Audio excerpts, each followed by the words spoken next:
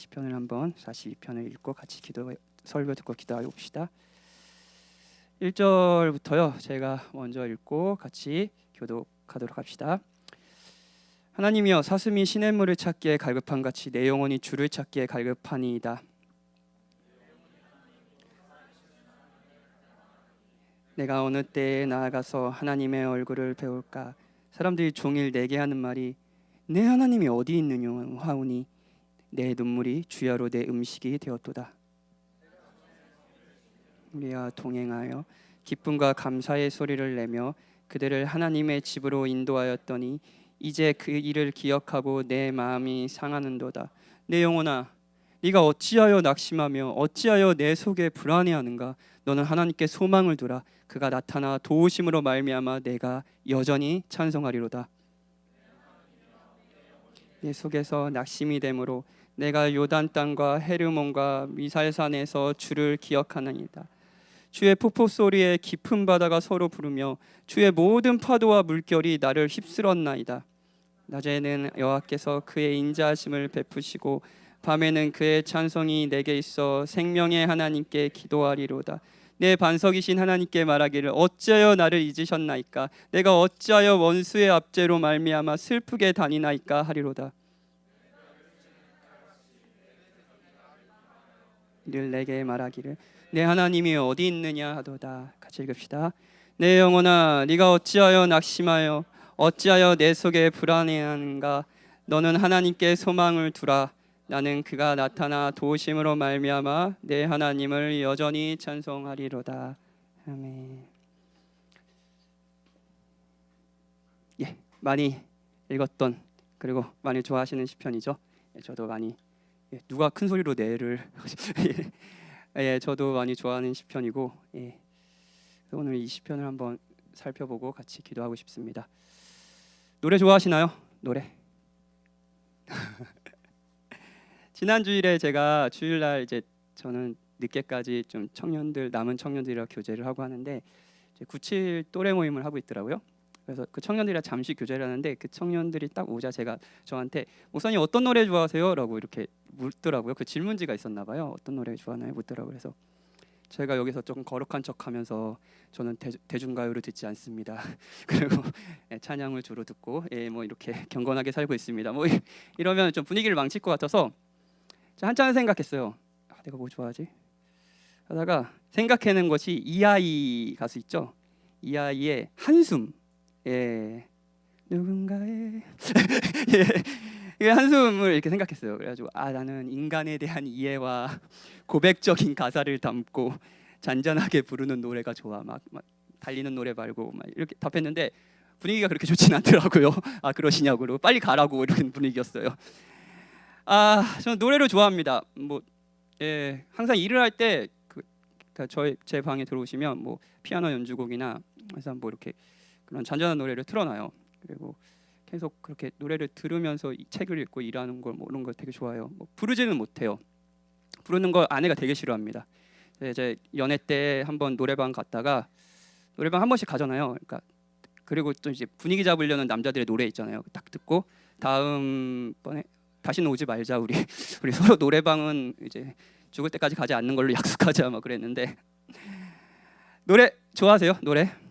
인간은 왜 노래할까요? 우리 방금 이제 오강희 전사님의 찬양 인도와 그리고 우리 찬양팀의 헌신으로 되게 아름다운 시간을 노래하는 시간을 보냈잖아요.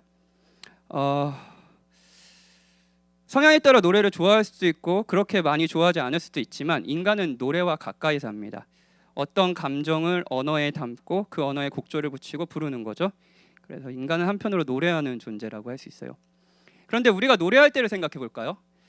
너무 기쁜 거요. 너무 기쁜 거요. 그리고 어떤 대상에 깊이 감격한 겁니다. 어떤 대상이 진짜 너무 아름다운 거예요. 그럴 때 노래하죠. 우리가 부르는 노래 중에 대부분이 이제 사랑 노래잖아요. 특히 우리 대중가요는 거의 사랑에 빠졌을 때 한 대상에 대한 감격과 기쁨을 표현하는 노래들이잖아요. 이게 이제 그 사랑 노래가 많은 이유가 바로 여기에 있습니다. 뭔가에 사랑에 빠지면 노래를 하니까요. 이걸 신앙적인 용어로 뭐라고 하냐면 찬양이라고 합니다. 시편은요 하나님을 본 거예요. 그 하나님을 본 감격과 기쁨, 그분의 아름다움에 대한 칭송이 있어요. 그래서 가만히 있지 못하고 막 온 땅들이 다 하나님을 찬양한다라고 하면서 찬양합니다. 시편은 하나님을 기쁘게 노래해요. 그런데 우리는 기쁠 때만 노래하는 것이 아니에요. 아까 제가 좋아한다는 노래 가수 한숨, 한숨. 이거 굉장히 한숨 나오는 노래인데 후렴구만 이렇게 누군가의 한숨, 그 무거운 숨을 내가 어떻게 헤아릴 수 있을까요? 당신의 한숨, 그 깊이를 이해할 수 없겠지만 괜찮아요. 내가 안아줄게요. 가사 너무 좋지 않습니까? 안 좋아요? 자, 이 노래는 기쁨과 감격의 감정은 담고 있지 않잖아요. 그렇죠? 위로, 용기, 공감하는 마음 이런 걸 담고 있죠. 자, 이 노래를 듣고 있는 사람은 제가 이 노래를 듣고 제가 이 노래 너무 좋다, 이 노래 참 좋다라고 한 사람은 대부분 한숨 짓고 있는 사람들 거입니다. 그렇죠? 그리고 그 한숨을 담은 삶의 무게를 함께 견뎌주고 싶은 노래하는 사람이 있는 거죠. 그렇죠? 그러면서 이제 노래를 통해서 공감하는 거예요. 뿐만 아니라 우리는 슬플 때도 노래합니다. 슬플 때도요. 이별 노래가 이렇게 많은 이유가 뭘까요? 이별했을 때 이별 노래는 막 다 자신의 노래 같잖아요. 한숨만 쉬어. 옛날 노래 아세요? 한숨만 쉬어. 그래서 한숨만 나오는지 모르겠어요. 그러니까 사랑에 감격해서 노래하기도 하지만 사랑을 잃어서 슬퍼하며 노래하기도 합니다. 그렇죠? 그리고 뭔가를 간절히 원해서 노래하기도 하고요. 기쁨, 위로, 용기, 좌절, 갈망 이 모든 것이 사실 노래라는 거에 담겨져 있습니다. 그리고 시편에도 감격적인 기쁨, 터져나오는 환희뿐만 아니라 이런 노래들이 있어요. 42편도 그 중에 하나입니다. 저희 교회에 오랫동안 출석하신 분들은 설교든 교육이든 우리 교역자들의 여러 방식으로 직관적으로 신앙의 본질이요. 신앙생활이 뭐냐라고 하면요. 이렇게 답하는 걸 많이 들었을 겁니다. 하나님을 기뻐하는 겁니다라고 하는 것을 들었을 거예요. 못 들으신 분 계신가요? 이걸 신학적인 용어, 기독교 희락주의라고도 하고 이건 나중에 내년이나 내후년에 우리 교회에서도 되게 중요하게 갖는 그 신학적인 개념이기 때문에 이렇게 아카데미 시간에 강의하는 시간들이 있을 겁니다. 근데 신앙의 본질이 하나님을 기뻐하는 거라는 거예요. 신앙생활을 하는 것이 하나님을 위해서 하나님이 원하시는 것을 내가 하고 그것에 대해서 하나님이 내가 원하는 걸 주시는 거, 거래라고 하죠. 이런 것이 아니라는 거예요. 이런 것이 아니라 자존하신 하나님, 모든 것이 요즘에 우리 다 모든 부서가 지금 하나님의 성품 듣고 있잖아요. 자, 모든 것이 충족하신 하나님, 아무것도 부족하지 않으신 하나님이 우리에게 베푸시는 거예요. 그 충만한 은혜를요 우리에게 베풀어 주시는 거예요. 그리고 그 베푸심을 우리가 기뻐하고요, 그걸 받아 누리는 거죠. 이것이 신앙의 본질이라고 여러분은 수차례 계속 들었을 겁니다. 그런 의미에서 기도도 우리가 하나님이 원하는 것을 우리가 해드리고 우리가 원하는 것을 하나님께 받는 그런 형태가 아니라 그저 살아계시고 역사하시는 하나님을 만나고 교제하는 시간. 그러니까 기도로 받을 수 있는 복도 기도 자체라고 여러 번 말씀드렸을 겁니다. 자, 좋아요. 신앙의 본질은 하나님을 기뻐하는 거예요. 하나님을 누리는 거예요. 이것에 동의하실 거예요. 동의하지 못하시는 분 오강희 전사님한테 가세요. 여기 있습니다. 저는 존 파이프 목사님을 통해 이 가르침을 듣고 신학적인 회심을 했습니다. 그리고 이 가르침이 저에게 자유를 줬어요.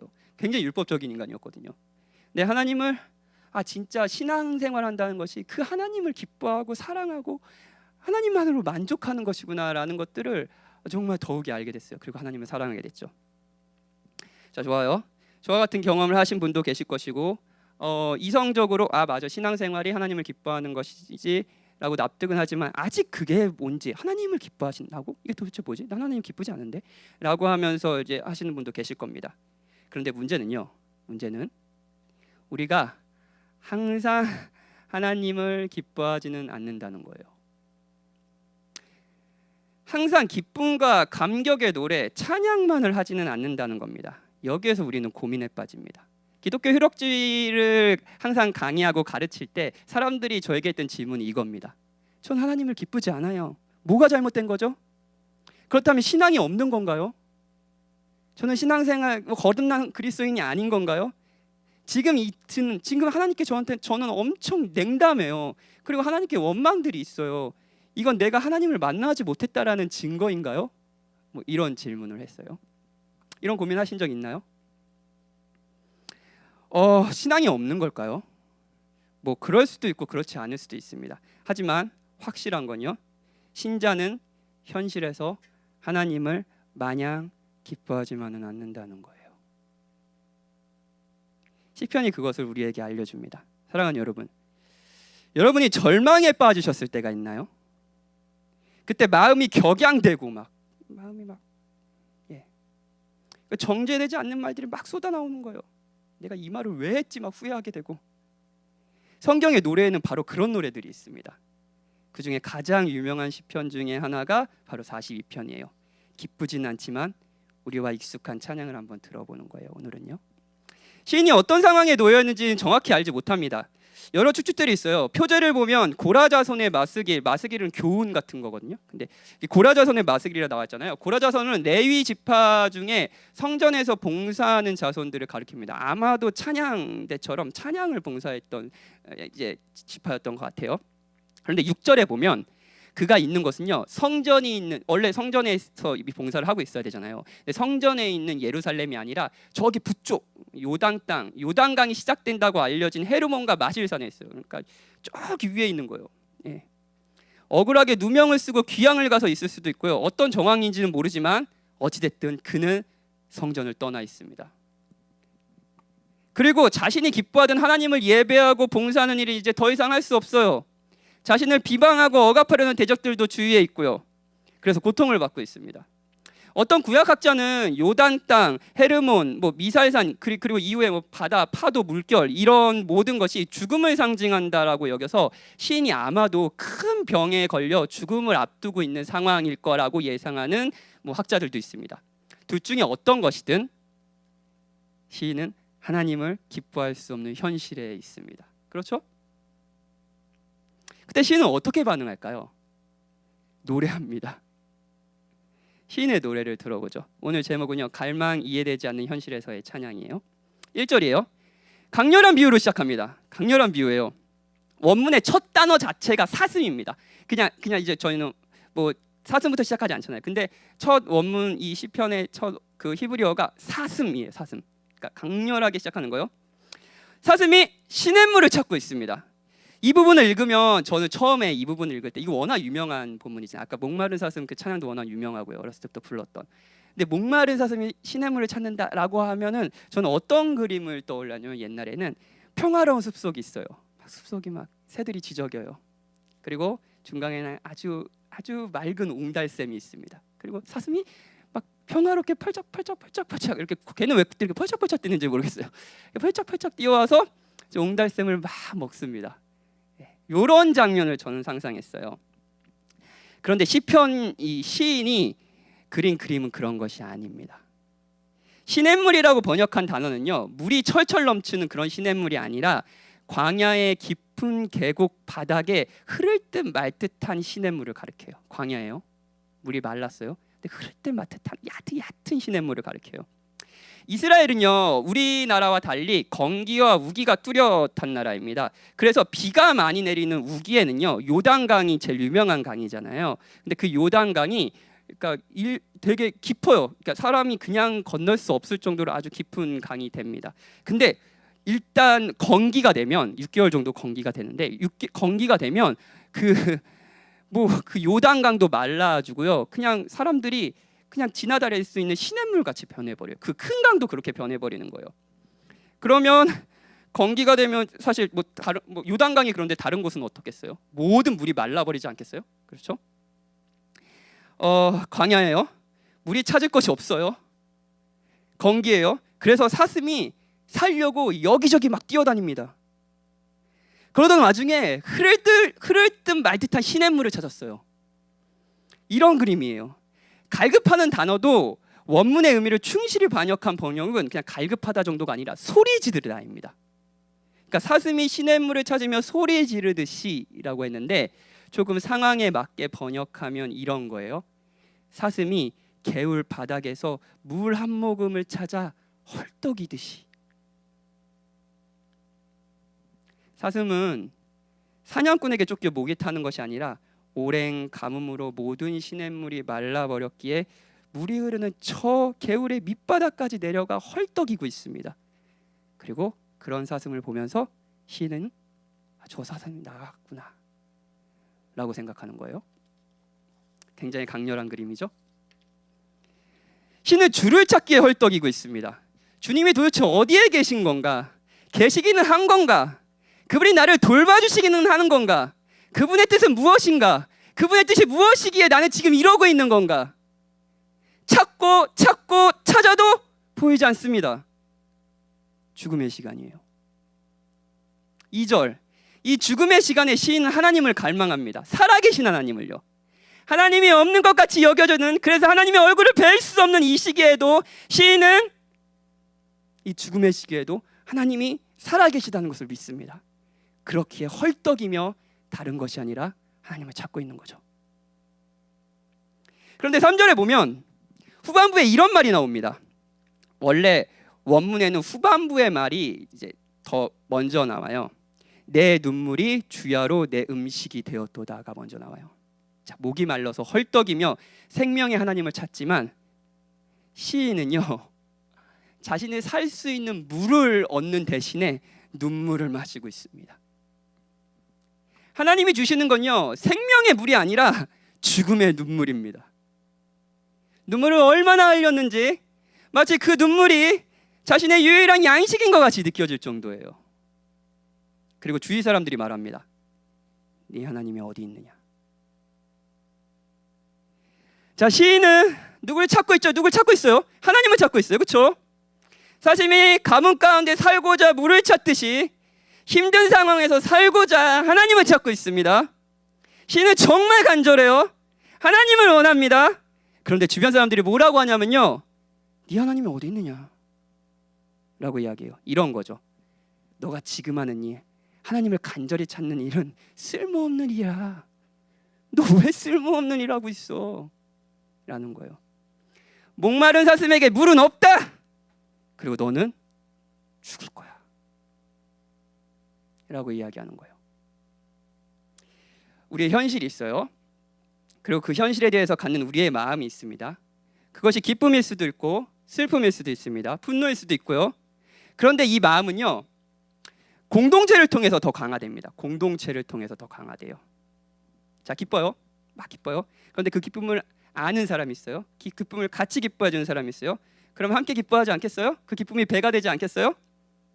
자, 우리 월드컵 지난번에 16강 올라갔잖아요. 지난번에 올림픽이래. 월드컵 마지막 경기 너무 재밌었는데, 포르투갈하고 할 경기. 그때 이제 저는 혼자서 봤는데 그때 막 처녀들끼리 모여서 막 보더라고요. 왜 모여서 보는 거예요? 그 밤 12시가 넘었는데 왜 집에 가지도 않고 왜 교회에서 모여서 보신 거예요? 왜냐? 모여서 보면 더 기쁘니까. 그렇지 않나요? 승리의 기쁨은 함께 있기에 더 강화됩니다. 그렇죠? 반대로 어떤 상황에 대한 슬픔은요, 공동체를 통해 더 강화되기도 합니다. 자, 현실이 어려워요. 그리고 그 어려운 현실에서 무엇보다 신자는 하나님을 찾고 있습니다. 그 하나님이 나를 돌봐주시기를, 죽음의 현실에서 하나님만이 생명이라는 것을 알기에 하나님을 계속 찾습니다. 그런데 하나님은 가만히 계신 것 같은 거예요. 요즘 요셉 설교 계속 듣고 있잖아요. 그때 공동체는 이야기하죠. 야, 하나님이 계시니? 여러분 주변 사람들이요. 하나님이 너를 돌봐주시니? 너의 하나님이 어디 있니? 하나님이 생명을 주신다고? 하나님이 밥을 먹여주신다고? 과연 그럴까? 그리고 그 현실이 지금의 슬픔을 더 강화하진 않나요? 교회가 있어요. 근데 여러분이 어렵다고 합시다. 자, 어려워요. 근데 여러분에게 여기 우리 교회잖아요. 교회이기 때문에 여러분이 막 어려워요. 막 어렵고 막 너무 뭐 어떤 상황이든 막 어려워요. 어려운데 거기서 여기 들어오는 교인들이 너 내 하나님이 어디 있느냐라고 말은 안 하잖아요. 그렇죠? 여기 다 하나님 믿는다고 하는 사람들이 모인 곳이잖아요. 그런데 우리는 교회에서도 그 말을 듣습니다. 어떤 건지 아세요? 만약에 송수민 전사님 많이 힘들어요. 힘들어요. 너무 힘들어요. 송승민 전사님 안 힘듭니다. 웬만하면 제가 잘 알고 있어요. 예, 웬만하면 울지 않아요. 송승민 전사님 울리는 사람에게는 뭘 줄까? 예, 울리지 마세요. 송승민 전사님 슬프다고 해봐요. 많이 슬퍼요? 많이 슬퍼요. 많이 슬픈데 송승민 전사님의 슬픔에 같이 있는 사람이 다 무관심한 거예요. 저 사람이 슬프든지 말든지 아무 말도 하지 않는 거예요. 그럼 어떻게 느끼는지 알아요? 하나님이 살아계시지 않는 것처럼 느껴져요. 그렇지 않나요? 우리는 아무 말도 하지 않으면서 오히려 내 하나님이 어디 있느냐라고 묻고 있는지도 모릅니다. 공동체가 우리의 슬픔을 강화시켜요. 막 강화시켜요. 그런데 과거의 즐거움 역시 현재의 슬픔을 더 강화합니다. 4절이에요. 성의를 지키는 무리와 동행했다. 명절이었던 것 같아요. 명절이 있었죠. 유대인들은 명절이 있었죠. 근데 명절에는 성전에 모이는 거예요. 그리고 고라자손들은 성전에서 섬기는 일을 했기에 아까 찬양대일 수도 있다고 했죠. 혹은 찬양을 인도하는 사람이었기에 명절에 모인 사람들과 함께 기쁨과 감사의 찬양을 들으며 무리들을 성전으로 인도했습니다. 기쁨이 있어요. 그냥 혼자서 하나님을 기뻐하는 것이 아니라 같이 찬양하는 무리들이 있어요. 이 기쁨을 함께하는 무리들이 있고요. 그 기쁨과 한이가 그들과 함께 터져 나왔습니다. 그렇죠? 시인은 자신의 생애에서 가장 행복했던 순간을 떠올리고 있는 거예요. 그때 누구도 시인 곁에서 내 하나님이 어디 있느냐라고 묻지 않았고요. 오히려 하나님이 여기 계시다면서 함께 찬양했을 겁니다. 그렇지 않나요? 그런데 이런 행복했던 과거는요, 현재의 슬픔을 더 크게 만들죠. 옆에 무리와 과거의 기억으로 시인은 더욱이 슬퍼하고 있어요. 6절, 시인은 낙심하고 있습니다. 그리고 요단 땅 헤르몬과 미사의 산에서 주를 기억합니다. 이 장소가 그냥 죽음을 상징하는 장소인지 아니면 실제로 시인이 슬픔 가운데 있는 뭐 귀향 장소인지 정확하진 않습니다. 어찌됐든 고통과 상실로 상징되는 이 장소에서 시인은 여전히 주를 기억하려고 애쓰고 있어요. 주께 헐떡이고 있습니다. 사슴이 시냇물을 찾듯이죠. 7절, 이번에는 그 산에서 흘러나오는 폭포를 보면서 자신의 마음을 표현합니다. 폭포가 막 떨어져요. 그러면 밑에 원래 있던 물과 떨어지는 물이 막 소용돌이를 치면서 엄청 큰 소리를 내잖아요. 폭포가 큰 폭포는 더욱이 막 그러니까 엄청 굉장한 굉음을 내잖아요. 그런 소리를 듣고 있는 거예요. 그걸 시인은 깊은 바다가 서로 부른다라고 표현합니다. 그런데 그 소용돌이에 자신이 휩쓸리는 느낌을 받는 거예요. 파도와 물결이 나를 휩습니다. 주의 파도와 물결이요. 주께서 만드신 이 혼란의 상황이 나를 휩쓸고 있는 거예요. 여기서 폭포, 깊은 파도, 물결은 단지 자연의 경이 정도가 아니라 사람이 거스릴 수 없는 혼돈을 의미합니다. 어떻게 할 수가 없는 거예요. 42편에는 계속 물이 나오고 있어요. 물. 시인은 원래 가뭄 같은 현실에서 헐떡이며 물을 찾고 있었죠. 그렇죠? 그런데 하나님이 그에게 주시는 것은요, 물이 아니라 갈증을 해소할 물이 아니라 흐르는 눈물이었습니다. 계속 울게 하셨어요. 그리고 이제는 눈물의 차원을 넘어 자신이 거스를 수 없는 혼돈의 파도와 물결이 자신을 덮치는 것 같은 느낌을 받는 거예요. 시인이 살아계신 하나님에게 바란 건 위로와 확신이었습니다. 그런데 현실은 더 혼란스러운 거예요. 8절, 이 상황에서도 시인은 낮에는 하나님께서 인자하심을 베푸신다는 것을 압니다. 그리고 밤에도 찬송이 있어 하나님께 기도하고자 해요. 신앙으로 마음을 바로잡으려고 합니다. 하지만 9절, 또 마음이 바뀝니다. 내 반석이신 하나님께 말하기를 어찌하여 나를 버리셨나이까? 라고 말해요. 자, 당황스럽지 않습니까, 여러분? 이거 읽으면 왜 이렇게 왔다 갔다 해? 자, 7절에서 인자하심을 베푸신다고 고백하고 찬양과 기도를 한다고 한 시인이 이번에는 왜 나를 버리셨습니까? 라고 말해요. 어느 것이 진짜일까요? 둘 다 진짜가 아닐까요? 그리고 둘 다 진짜라는 것을 여러분 경험해보지 않으셨습니까? 파도와 물결의 혼돈 속에서 시인은 하나님은 내 반석이라고, 내 반석이신 하나님이라고 고백합니다. 반석은 성경 전체에서 흔들리지 않는 굳건한 기초와 같은 것입니다. 다른 모든 것이 흔들려도 흔들리지 않는 거예요. 혼돈의 상황이에요. 주변에는 하나님이 없다고 합니다. 그런데 시인은 그 상황에서도 하나님은 그 자리에 계시고 굳건하시다고 말해요. 반석이신 하나님, 내 반석이신, 하나님이 너의 하나님이 없다라고 얘기하는데 내 반석이신 하나님이라고 고백해요. 그런데 바로 반석이신 하나님께 하는 말이 이겁니다. 어찌하여 나를 잊으셨습니까? 어찌하여 나를 잊으셨습니까? 자, 질문할게요. 시인은 정말 하나님을 반석이라고 생각하는 걸까요? 모릅니다. 중요한 건 환경이 혼돈할 뿐 아니라 시인 자신의 마음도 혼돈스럽다는 거예요. 이런 경험을 해보셨나요? 사랑하는 여러분, 신앙인이 힘든 상황이 더욱이 힘든 건 하나님을 알기 때문입니다. 하나님을 알지 못하면 상황만 힘들 거예요. 그것도 힘들겠죠. 그런데 하나님을 아는 신앙인들은 그 상황의 주인이 하나님이시며 모든 걸 능히 아시고 행하실 수 있는 분이라는 걸 알기에 더욱이 힘듭니다. 그 예전에 목사님이 우스갯소리를 얘기했는데, 이제 연애를 할 때 누가 이제 우리 누구일까, 예준이가 좋아하는 사람이 있어요. 좋아하는 사람한테 여자한테 얘기를 했어요. 그러니까 나 너 좋아해. 근데 여자가 내가 기도해 볼게라고 답을 했어요. 항상 우리는 그렇게 얘기하죠. 기도해 볼게 얘기했는데 이제 다음 날 답을 줬어요. 내가 기도해 봤더니 하나님이 너를 만나지 말라고 하셨어라고 얘기했어요. 자, 신앙은 두 배의 슬픔을 줍니다.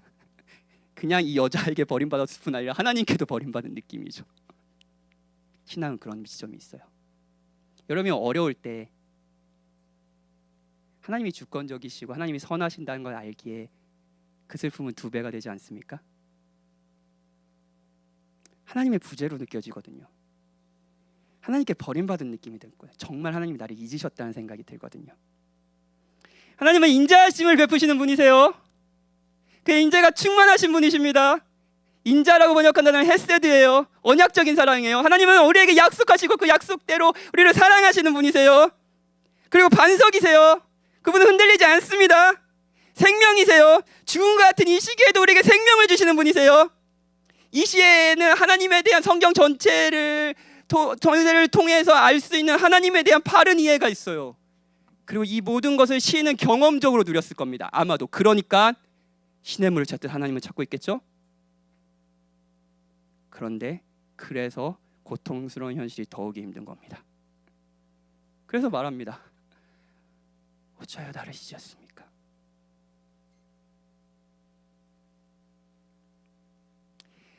이런 상황이 되면 저와 여러분은 아마 정제되지 못한 말을 막 쏟아내곤 할 겁니다.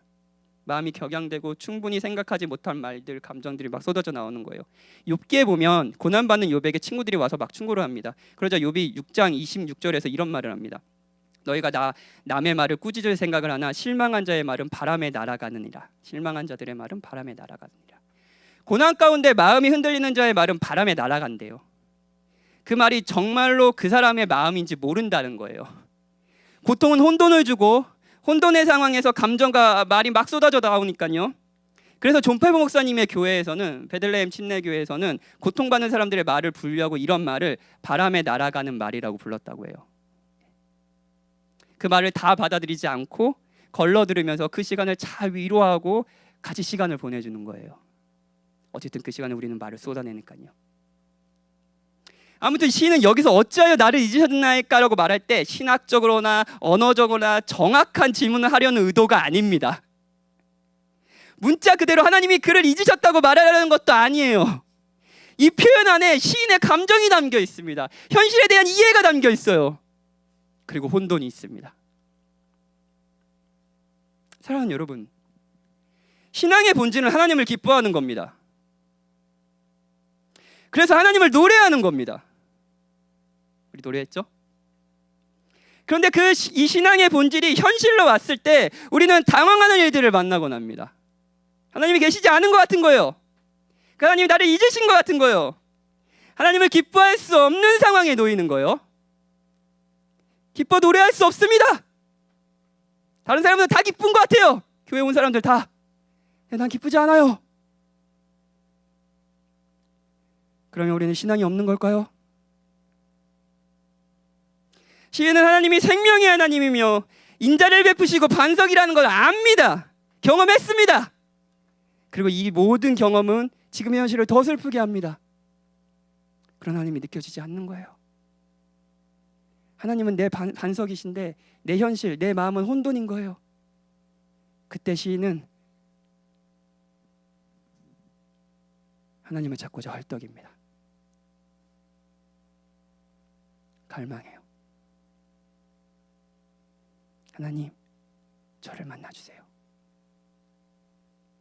하나님, 저를 제발 기억해 주세요. 하나님, 저를 구해 주세요. 사랑하는 여러분, 이것도 노래입니다. 어떤 대상에 대한 환희와 찬사만이 노래가 아닙니다. 대상을 잃고 슬퍼하며 찾고자 하는 것, 갈망하는 것도 노래입니다. 여러분이 만약 시편 기자의 이 혼돈의 마음이 이해되시며 하나님을 찾고 계시다면 여러분도 시인과 같이 노래하고 있는 겁니다.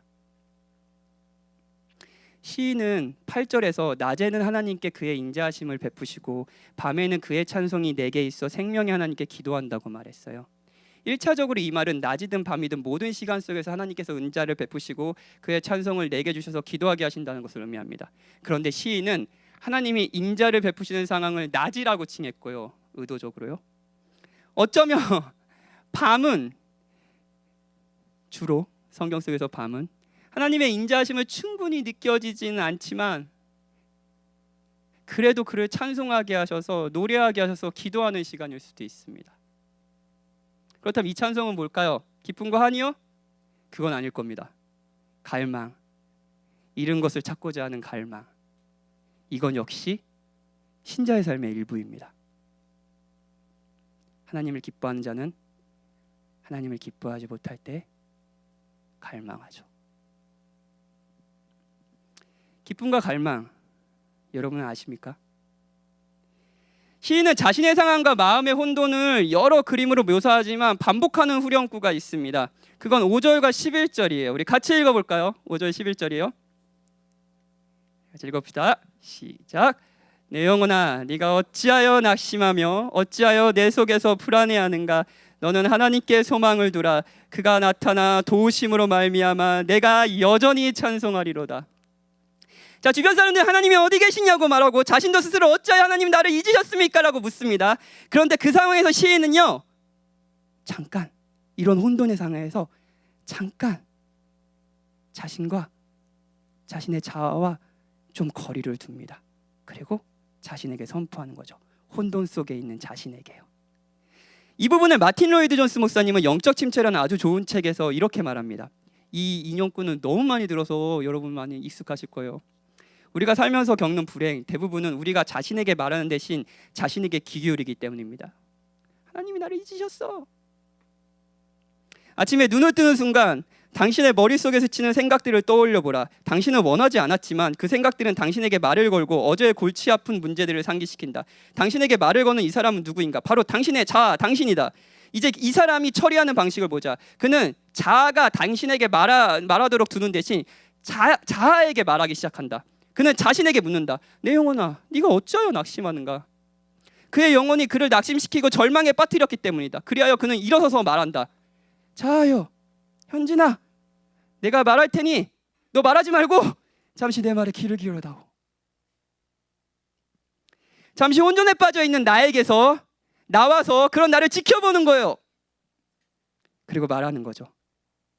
소망을 하나님께 두자. 반석이고 생명이신 분, 인자를 베푸시고 찬양과 기도로 나아가게 하시는 분, 그분께 소망을 두자. 이거 이상한가요? 자, 하루를 시작하기 전에 이런 그런 자기계발서, 요즘 자기계발서 이런 말 하나? 하루를 시작하기 전에 거울을 보면서 현진아, 할 수 있어. 오늘 너는 행복할 거야. 아자 화이팅! 하는 것만큼 어리석어 보이나요? 스스로에게 복음을 전하는 것이 무의미한 자기주문 같은 건가요? 아니요, 그렇지 않습니다. 우리에게 이렇게 자신에게 말해야 되는 확실한 증거가 있어요. 하나님께 소망을 두자 라고 말할 수 있는, 여러분 자신에게 선포할 수 있는 확실한 증거가 있습니다. 오늘 시와 비슷한 고백을 하는 시가 시편 22편에 있습니다. 다윗의 시예요. 다윗도 아마 너무 힘들었던 것 같아요. 42편에서 시인은 다윗은 하나님께 42편에서 여기 이제 고라 자손의 시는 어쩌여 나를 잊으셨나이까라고 말하는데 22편에서 다윗은 이렇게 얘기합니다. 내 하나님이여 내 하나님이여 어찌 나를 버리셨나이까? 어찌 나를 멀리하며 돕지 아니하시오며 내 신음소리를 듣지 아니하시나이까? 내 하나님이여 내가 낮에도 부르짖고 밤에도 잠잠하지 아니하오나 응답하지 아니하시나이다. 이 말 역시 욥기에 쓰였던 고난받는 자의 바람에 날아가는 말입니다. 하나님께서는 42편의 시인을 잊으시지도 않으셨고 22편의 다윗을 버리시지도 않으셨습니다. 두 사람이 그렇게 느낄 뿐이에요. 그런데 여러분, 그리스도께서 이 말을 그대로 인용하셔서 자신의 처지를 말씀하셨다는 것을 아시고 계십니까? 그리스도께서 다윗의 한 말을 그대로 십자가에서 하셨습니다. 엘리 엘리 라마 사박다니 하시니 이는 곧 나의 하나님 나의 하나님 어쩌여 나를 버리셨나이까? 라는 뜻이라. 이건 바람에 날아가는 말이 아닙니다. 이건 신학적으로도 언어적으로 현실로 이루어진 말입니다. 다윗은 버림을 받는 느낌을 받았을 뿐이지 그리스도는 버려지셨습니다. 그리스도 역시 십자가상에서 42편의 시인이 겪은 목마름을 겪으셨습니다. 사슴이 시냇물을 찾아 헐떡이듯이요, 하나님께 헐떡이고 있었습니다. 그래서 그리스도는 내가 목마르다 라고 십자가상에서 이야기하셨어요. 그런데 그 그리스도의 목마름은 채워지지 않았습니다. 왜 그러셨죠? 왜 그러셨죠? 하나님께서 저와 여러분을 잊으시지도 버리시지도 않으시려고 했기 때문입니다. 여러분, 정말입니다. 하나님이 정말 그렇게 하셨습니다. 여러분이 현실이 너무 어려워서 이 혼돈의 상황 가운데 바람에 날아가는 말을 막 쏟아내고 있다 하더라도 하나님은 여러분을 잊으시지도 버리시지도 않으십니다. 여러분이 그리스도 안에 있다면요. 우리는 잊은 것 같은 느낌이 들 뿐입니다. 하나님은 여러분을 잊지 않으십니다. 하나님께서 버리셨다는 느낌이 들 뿐입니다. 하나님은 여러분을 버리시지 않으십니다. 이것이 하나님의 침묵이 하나님의 부재가 아니라고 생각하며 그를 계속 갈망할 수 있는 이유입니다. 제가 혼돈에 빠져 있는 제 자신에게 이렇게 말할 수 있는 이유예요. 로마서 8장을 근거로요. 현진아, 하나님이 너를 위하시는데 누가 너를 대적하겠느냐? 하나님이 너를 위해 자기 아들을 아끼지 않고 주셨다. 그런 분이 어찌 그 아들과 함께 모든 것을 내게 주지 않겠느냐? 하나님이 택하신 너를 누가 고발하겠느냐? 하나님이 의롭다 하셨으니 감히 누가 너를 정죄하겠느냐? 죽으셨을 뿐 아니라 다시 살아나신 예수님이 하나님 우편에서 너를 위해 간구하신다. 누가 너를 그리스도의 사랑에서 끊어내겠느냐? 여러분 자신에게 복음을 선포할 수 있습니다. 그리고 하나님이 허락하신 때까지 계속 그분을 갈망하며 찾을 수 있죠. 여러분, 그러셔도 됩니다. 우리는 그리스도 안에 있기 때문이에요. 우리 같이 기도하고 찬양하고 기도합시다.